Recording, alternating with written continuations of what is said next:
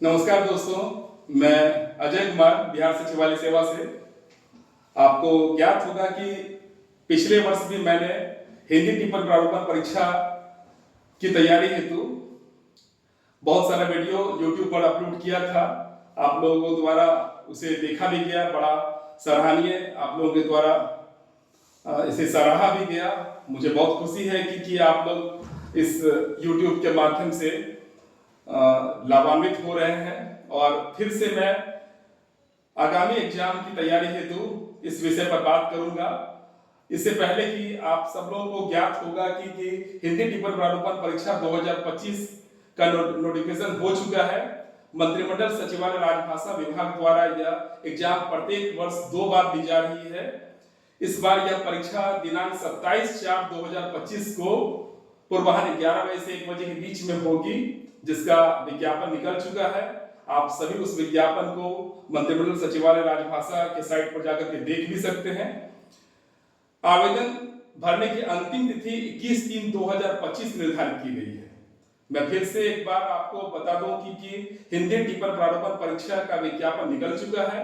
हिंदी टिप्पण प्रारूपण परीक्षा इस बार 27 अप्रैल 2025 को होने वाली है, जिसका समय पूर्वाह्न 11 बजे से लेकर के 1 बजे तक निर्धारित की गई है। यह परीक्षा मंत्रिमंडल सचिवालय द्वारा मंत्रिमंडल सचिवालय के एक विंग राजभाषा विभाग द्वारा ली जाती है। प्रत्येक साल यह एग्जाम 2 बार ली जा रही है। पिछले साल भी यह एग्जाम ली गई थी, जहां तक मुझे याद है कि नवंबर माह के आसपास यह एग्जाम, अक्टूबर माह के आसपास यह एग्जाम लिया गया था। और इस बार यह एग्जाम दिनांक 27/4/2025 को ली गई है। आज मैं आपको वह जो मंत्रिमंडल सचिवालय द्वारा जो फॉर्म अपलोड किया गया है, जिस फॉर्म को आप भरते हैं, मैंने देखा है कि बहुत सारे लोग फॉर्म भरते वक्त कुछ तकनीकी गलतियां कर देते हैं। उन गलतियों पर ही बात करूंगा और जो बहुत महत्वपूर्ण चीज है उस पर भी आज मैं बात करूंगा कि जिसके कारण से बहुत सारे हमारे मित्रों का, हमारे दोस्तों का, हमारे सीनियर्स लोगों का एग्जाम में कुछ गलतियों के कारण जो है उनका वो रिजल्ट से वंचित हो जाते हैं। सबसे पहले मैं अपने मित्र बिहार पुलिस वाले लोगों के साथ एक जानकारी साझा करना चाहूंगा कि बिहार पुलिस के जितने भी कर्मी हैं वो इस उधेड़-बुन में रहते हैं क्या बिहार पुलिस को यह एग्जाम देना है या नहीं देना है। तो अगर आप मंत्रिमंडल सचिवालय राजभाषा विभाग का जो विज्ञापन, जो आपका नोटिफिकेशन निकला है पत्रा 133 दिनांक 4/3/2025 को, उसकी कंडिका मैं आपको बता देता हूं। उसकी कंडिका जब क्लियर है, उसकी कंडिका उसकी उसकी कंडिका 12 में यह क्लियर है कि आप जब भी अपना रोल नंबर भरें, जब आप परीक्षा देते हैं तो उस परीक्षा में जब आप अपना रोल नंबर भरें तो वह देवनागरी लिपि में हो और साथ साथ अंतरराष्ट्रीय अंकों का प्रयोग किया गया। अंतरराष्ट्रीय अंक यानी कि अब आपको 1 2 3 इस प्रकार से लिखना है। 1 2 3। ये बहुत लोग अभी भी पुराने जमाने में 1 2 तो वैसे ही रहता है, लेकिन आपका 5 जैसे कि हम पहले इस जमाने में, पहले पुराने जमाने में ये 5 होता था, लेकिन अब 5 ये लिखना है। अंतरराष्ट्रीय अंक ये 5 है, तो जो अंतरराष्ट्रीय अंक का ही प्रयोग करें।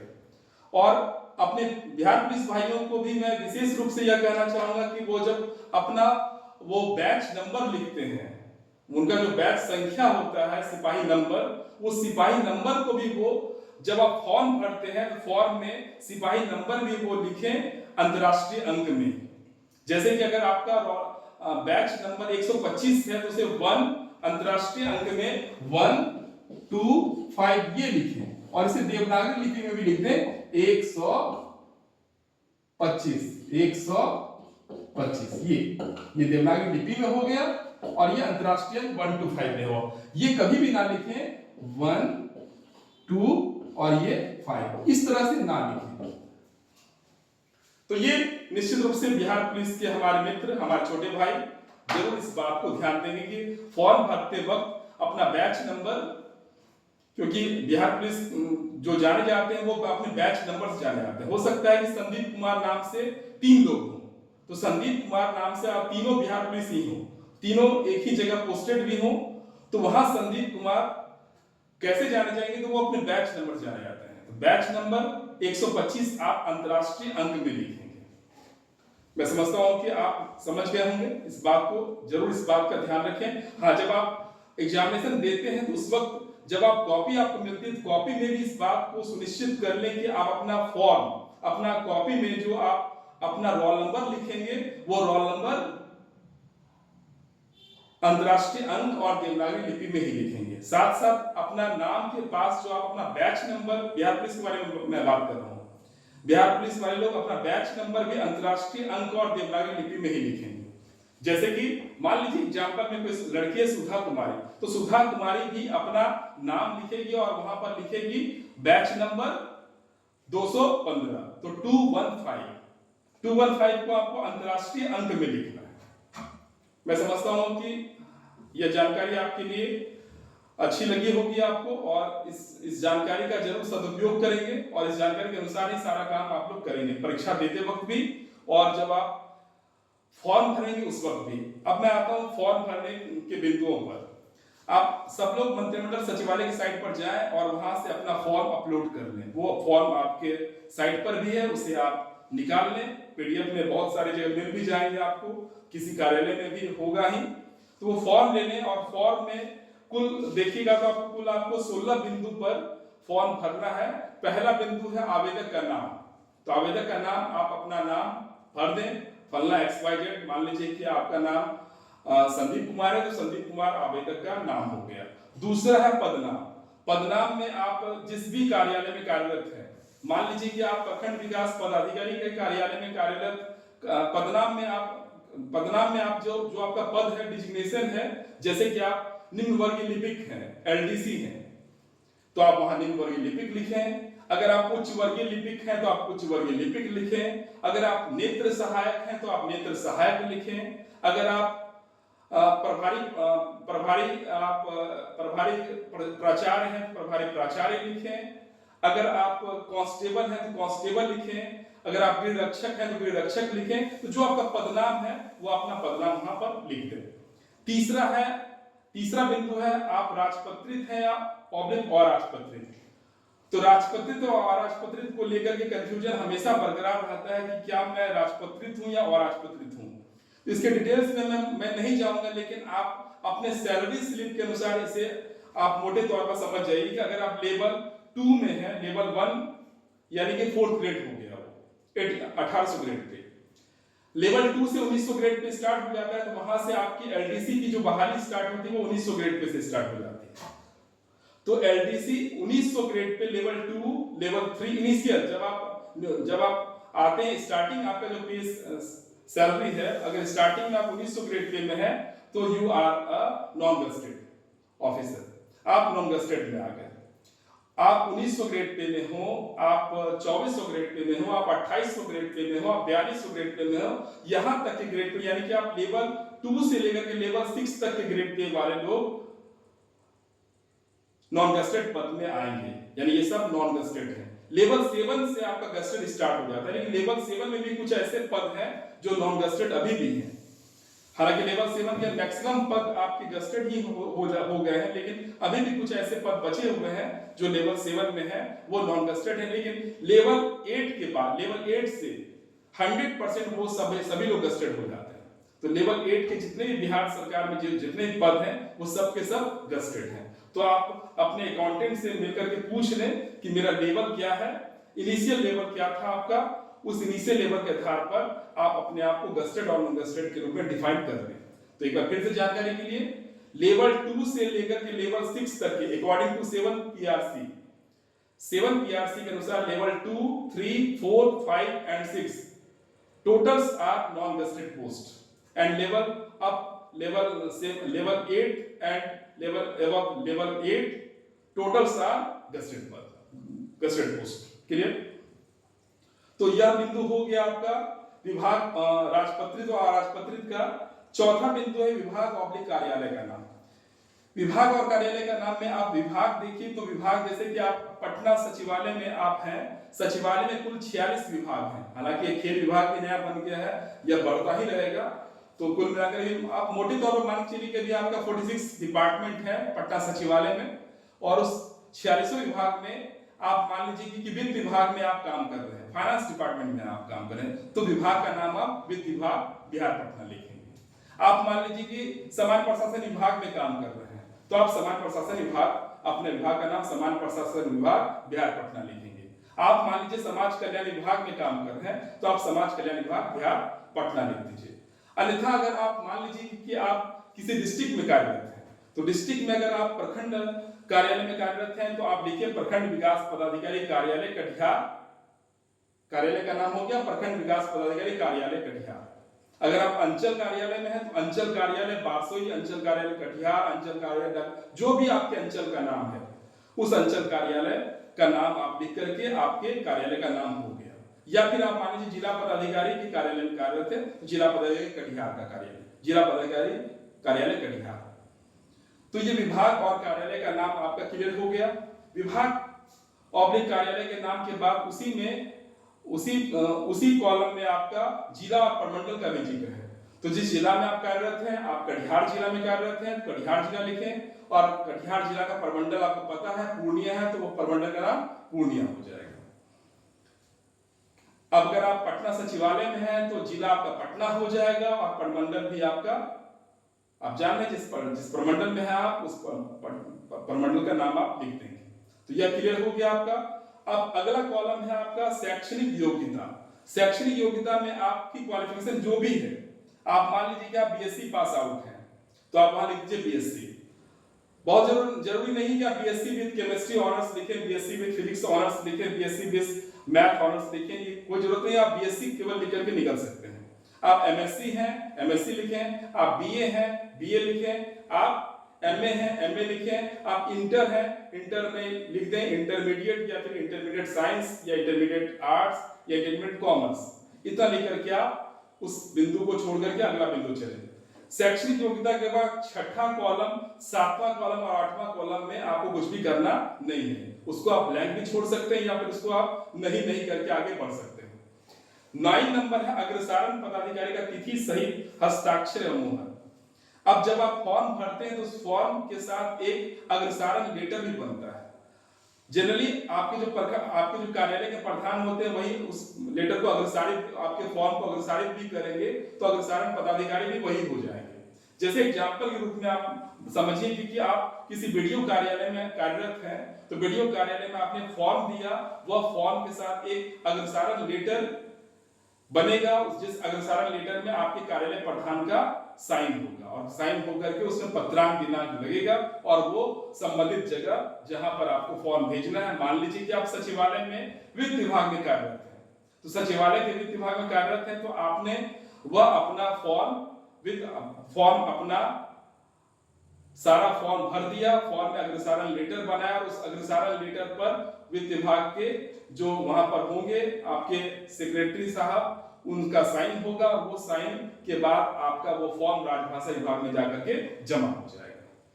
वो पटना सचिवालय के लिए हो गया। लेकिन अगर आप मान लीजिए कि आप जिला में कार्यरत हैं, आप बिहार में 9 प्रमंडल है, 9 प्रमंडल में जो 38 जिला है, उस 38 जिला में कार्यरत हैं, तो आप वहां पर जिला के जिला पदाधिकारी के पास अपना फॉर्म जमा करने के लिए भेजेंगे, या फिर जमा करवाना सुनिश्चित करेंगे।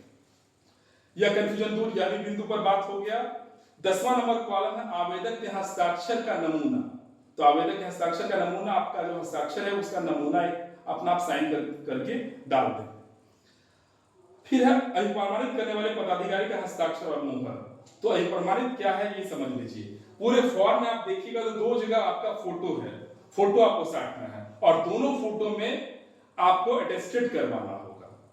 अटेस्टेड जो भी गजेटेड ऑफिसर होंगे वही अटेस्टेड करने का उनको पावर है, तो आपके फोटो को अटेस्टेड किया जाएगा।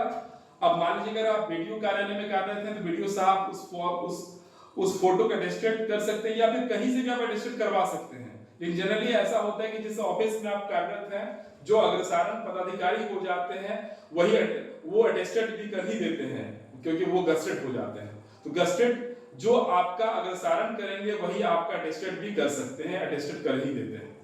तो आप अपने फोटो को अटेस्टेड करवा लें, और यह करवा करके आप जहां भी आपका एग्जाम कंडक्ट किया जाएगा, उस एग्जाम वाले जगह पर उस ऑफिस में जाकर के उस अपने फॉर्म को जमा करवा दें, उसका एक रिसीविंग ले लें, अन्यथा रिसीविंग ना भी लेंगे तो कोई दिक्कत नहीं है, लेकिन मूल में उस कॉपी को वहां पर जमा जरूर करवा दें।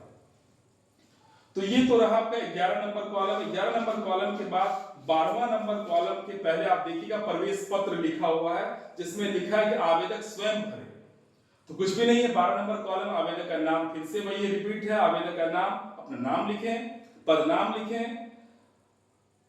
14 नंबर में फिर विभाग और कार्यालय का नाम, विभाग और कार्यालय का नाम लिख दें। 15वां नंबर है आवेदक का हस्ताक्षर, अपना हस्ताक्षर करें। 16 नंबर है फिर फोटो अटेस्टेड करने वाले पदाधिकारी का नाम एवं मुहर, तो उनका नाम लिख दें। जो अटेस्टेड आपके फोटो को किए हैं उनका नाम लिख दें और उनका मुहर वहां अंकित कर दें। ये आपका पूरा फॉर्म कंप्लीट हो गया। तो ये आपका पूरा फॉर्म हो गया और इस फॉर्म को आप 21/3/2025 तक जमा करते हैं। मैं एक बार फिर से आपको इस संबंध में क्लैरिफिकेशन कर दूं कि अगर आप पटना सचिवालय में कार्यरत हैं तो पटना सचिवालय में जितने भी सचिवालय में जितने भी ऑफिस हैं वो सारे, और सचिवालय के अलावा जो भी आपका और भी जो संलग्न कार्यालय वगैरह सचिवालय में वहां पर कलेक्ट्रेट वगैरह जो भी होगा वो सारा एग्जाम कंडक्ट राजभाषा विभाग करेगा। यानी हर एक फॉर्म को जमा करने के लिए जमा कहाँ करना है, राजभाषा विभाग में जाकर के आपको जमा करवाना होगा। आपके विभाग द्वारा कोई जाएगा और वह उसे जमा करवा देगा। अब आइए आप 9 प्रमंडल के बारे में। 9 प्रमंडल में जो आपका 38 जिला है, 38 जिला में इस बात को यहाँ कुछ टेक्निकल बात मैं बताना चाह रहा हूं, इसको समझा जाए। आप समझ रहे हैं कि 2 तरह के पद हैं, एक है गस्टेड, एक है नॉन गस्टेड। गस्टेड और नॉन गस्टेड समझ रहे हैं आप। गस्टेड हो गया राजपत्रित, नॉन गस्टेड हो गया अराजपत्रित। मान लीजिए कि अगर आप पूर्णिया प्रमंडल में हैं, पूर्णिया प्रमंडल में 4 डिस्ट्रिक्ट हुआ, पूर्णिया, कटिहार, अररिया और किशनगंज। तो पूर्णिया, कटिहार, अररिया और किशनगंज चारों जिले में जितने भी गस्टेड पदाधिकारी जो इस एग्जाम को देना चाहते हैं वो सबके सब प्रमंडलीय मुख्यालय में, प्रमंडल में, आप जानते हैं प्रमंडल में डिविजनल कमिश्नर साहब का ऑफिस होता है। डिविजनल कमिश्नर ऑफिस में ही राजभाषा प्रशाखा है। राजभाषा प्रशाखा में जाकर के वहां पर आप अपना फॉर्म को जमा करते हैं। एक बार मैं फिर से रिपीट कर रहा हूं। एग्जाम्पल के रूप में मैंने बताया कि पूर्णिया प्रमंडल को, पूर्णिया प्रमंडल में 4 जिले हैं, तो पूर्णिया, कटिहार, अररिया और किशनगंज चारों जिले में जितने भी गस्टेड ऑफिसर हैं वो अगर इस एग्जाम को देना चाहते हैं या अभी तक वो उत्तीर्ण नहीं हुए हैं या फिर उनकी पहली बहाली हुई है, वो उस एग्जाम को उनको देना है, वो सारा फॉर्म अग्रसारण पदाधिकारी के साथ कहां जमा करेंगे, तो प्रमंडलीय ऑफिस में। जैसे पूर्णिया प्रमंडल में डिविजनल कमिश्नर साहब का ऑफिस होता है, उस कार्यालय में राजभाषा एक प्रशाखा है, उस राजभाषा प्रशाखा में आपको वह फॉर्म जमा कर देना है। इसके अलावा पूर्णिया प्रमंडल में पूर्णिया जिला भी प्रमंडल का मुख्यालय जिला है, तो प्रमंडलीय मुख्यालय जिला जो होगा, बात समझिएगा, प्रमंडलीय मुख्यालय जिला जो होगा उस जिला में जो नॉन गस्टेड पद होगा यानी अराजपत्रित कर्मी, पूर्णिया प्रमंडल का जो मुख्यालय जिला होगा, मान लीजिए पूर्णिया प्रमंडल जिला का मुख्यालय जिला पूर्णिया है, पूर्णिया का नॉन गस्टेड यानी अराजपत्रित भी डिविजनल कमिश्नर साहब, डिविजनल कमिश्नर ऑफिस पूर्णिया में आकर के ही अपना फॉर्म को जमा करवाएंगे। यानी कि पूर्णिया जिला के डीएम साहब इस एग्जाम को कंडक्ट नहीं करेंगे। क्लियर? लेकिन कटिहार, अररिया और किशनगंज जिला में जो नॉन गस्टेड पद होगा उस नॉन गस्टेड पद का एग्जाम की पूरी तैयारी डीएम साहब के स्तर से होगी। क्लियर? डीएम साहब के स्तर से होगी। एक बार फिर से, प्रमंडलीय मुख्यालय में, प्रमंडल में जो डिविजनल कमिश्नर का ऑफिस होगा उस ऑफिस में पूर्णिया प्रमंडल के जितने भी गस्टेड ऑफिसर्स होंगे, चाहे वो किशनगंज में पोस्टेड हो, चाहे अररिया में, चाहे पूर्णिया में, चाहे कटिहार में, वो सारे गस्टेड ऑफिसर अपना form Purnia divisional commissioner office में आकर के जमा करेंगे। इसके अलावा पूर्णिया प्रमंडल का जो मुख्यालय जिला होगा, जो खुद पूर्णिया ही है, पूर्णिया जिले के भी नॉन गस्टेड लोग डिविजनल कमिश्नर ऑफिस के ही ऑफिस में आकर के अपना फॉर्म जमा करेंगे। इसके अलावा जो नॉन गस्टेड पद होगा, जैसे कटिहार जिले का, अररिया जिले का या फिर किशनगंज जिले का, वो सब नॉन गस्टेड वाले लोग अपने अपने जिला मुख्यालय में ही अपने अपने जिला में जिला पदाधिकारी कटिहार या जिला पदाधिकारी अररिया या जिला पदाधिकारी किशनगंज के ऑफिस में अपना फॉर्म जमा करेंगे। क्लियर? ऐसा ही काम 9 प्रमंडल में होगा। इसके बाद आपका ये सारी जानकारी के बाद आप ये सारी जानकारी थी, ये 16 बिंदु आपके फॉर्म में है, आवेदन में है। मुझे लगता है कि अब आपको आवेदन भरने में कोई दिक्कत नहीं होनी चाहिए। फॉर्म बहुत ही आसान भी है, आप सभी लोग देखिएगा तो लगेगा ये फॉर्म भरने में कुछ भी समय नहीं लगेगा, 2 से 3 मिनट में यह फॉर्म भरा जाएगा। लेकिन मैं फिर से विशेष अनुरोध करूंगा अपने बिहार पुलिस भाइयों बहनों से कि वो निश्चित रूप से फॉर्म भरते वक्त देवनागरी लिपि और अंतरराष्ट्रीय अंकों का यूज करेंगे।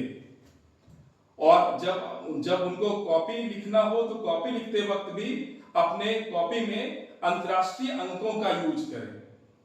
वो देवनागरी लिपि, उसके अलावा आपका वो पुराना पद्धति का जो हिंदी का अंक का था हम लोग का 1 2 3 4 5 वगैरह लिखने का, 9 को 8 को अलग तरह से जो हम लोग लिखते थे, वो उस तरह से ना लिख करके अंतरराष्ट्रीय अंकों का ही प्रयोग करें।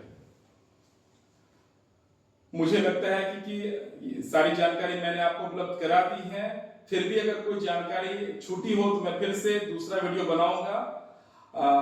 आप ये सारा वीडियो मेरे YouTube चैनल पर है। पिछले वर्ष भी आपने मुझे बहुत सराहा था। मैं चाहूंगा कि आप जरूर इस YouTube वीडियो को देखें, मेरे लिंक को सब्सक्राइब करें और इससे मेरा उत्साह बना रहेगा। और यकीनन मैं आपके लिए नए वीडियो की फिर से मैं कौन संभावित प्रश्नों की सूची होगी, वो प्रश्नों की सूची और उसका एक्सप्लेनेशन वगैरह कभी मैं वीडियो डालूंगा। आज के लिए बस इतना ही। जय हिंद, जय भारत।